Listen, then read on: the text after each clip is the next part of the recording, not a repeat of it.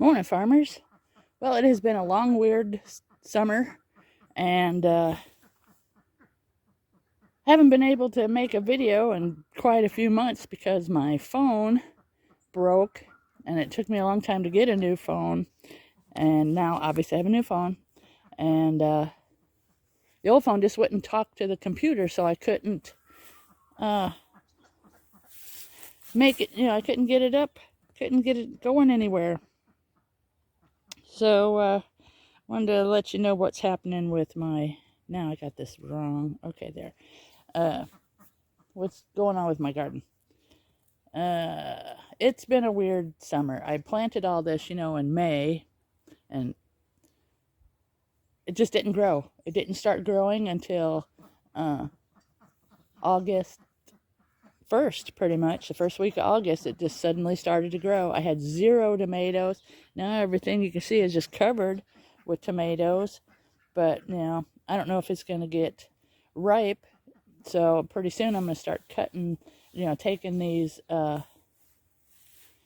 green tomatoes and preparing them like okra or zucchini, slicing them, breading them, freezing them, and try to make as much food as I can that way.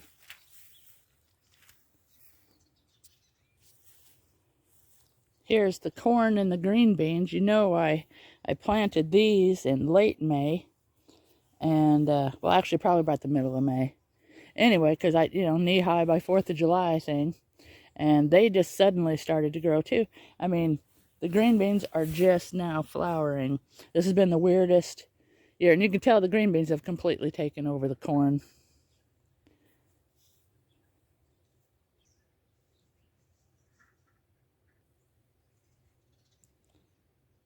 Here, you can see the greens have done really well. The greens just went crazy.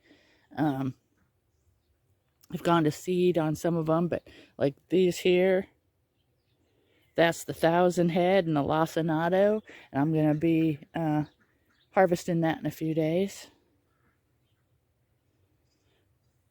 This is the more of the greens. I got some weeds growing up in there, but I made it so tight now I can't get into it. So that's kind of a pain.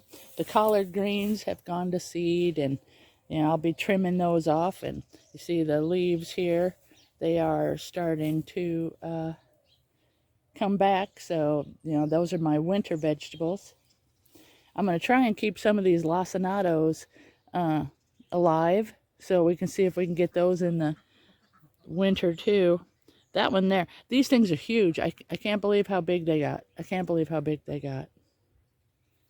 These are the walking stick cabbages, which are pretty tasty. I'm going to try, and I didn't trim them down like I usually do. I've been kind of tearing them off as I've been eating them, but yeah, I'm hoping that these green beans will last. See how the green beans here? Let me lean up against something. See the green bean flowers? They, hopefully I'll get some green beans off them if the weather lasts. It's been getting pretty chilly at night. Now we're in another warm spell, so hopefully I'll get some green beans anyway. I won't get any dried beans, which is what the whole point of putting those on the corn was about. These were the green beans that I planted. I mean, it's just so weird that all these suddenly started to grow in August. I mean, they sat in the ground for 3 months. May, June, July. Yeah, 3 months. So, I don't know. I just don't understand what's going on this year, but it's been really weird. I have a lot of grass growing up in the garden this year.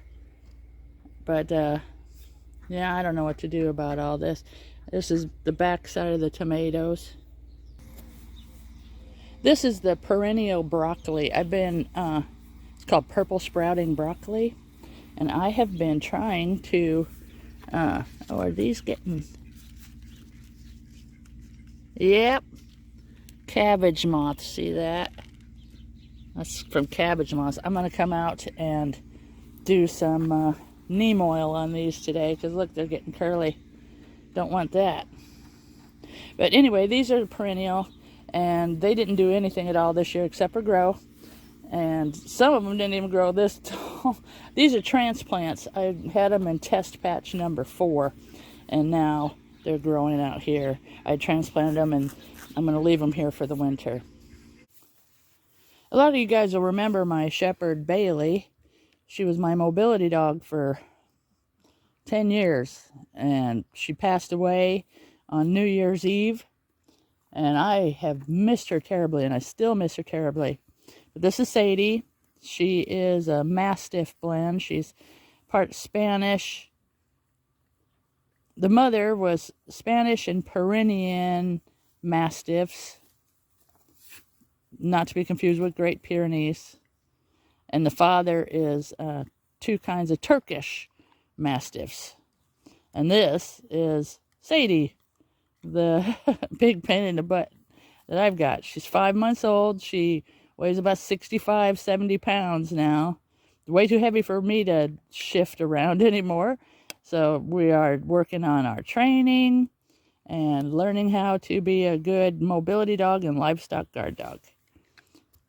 Speaking of livestock, she's not good with the ducks yet. Yeah. I don't even know what to say about that. She's just too young. I have to keep her separated from the ducks. So, that said, on to the subject of the ducks. Well, as you'll see, we're 1 duck short. I had 4 hens. Good morning, good morning, good morning, good morning, good morning. Now I have 3 hens and the male. One of them got shot with a pellet gun, and I had to put her down. I tried to nurse her back to health, but I just couldn't. I couldn't fix her, so I had to put her down, and I gave her a nice little burial. So I'm hatching some new ones for Christmas dinner and for 2 replacement hens. These are the Sunchokes. They're getting pretty big. This is the nursery bed. I took 50 pounds out of here in the spring, and I replanted them, and I will show you what I did with them. This is Dexter. He's also a new face in the Anybody Can Farm family. The millet has been growing, weirdly. But, yeah, some of them are growing, some of them aren't. The pumpkins I planted all along here, they're growing. The raspberries took off, but so did the weeds. The sorghum. And that is the 50 pounds of sunchokes that I planted over here. There's some those are squash vines there too. This is just a jungle. Remember those bushes I got from Norway? I got 3 half pints of syrup out of them. Aronia. They're really good for building up your immune system like elderberries. I'm still having a lot of trouble with whatever is dwarfing. I got to step up on the neem oil. I've been letting this grow to get slugs for the ducks, and I don't think that's what's doing it, but you know, it's been dwarfing these trees. They're starting to grow out of it. Last year it dwarfed those 2 bushes really bad, but I neem oiled the heck out of them, and they're better. Not all the way better, but better. I got the world's smallest elderberries. Whatever this bug is, it dwarfs everything. Makes it super tiny.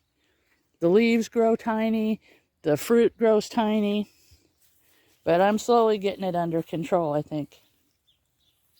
That was a chore. That was hard to get these blackberries to establish. I had them all along here, and hardly just this one grew. It's starting to grow runners now, so I'll be able to keep those going.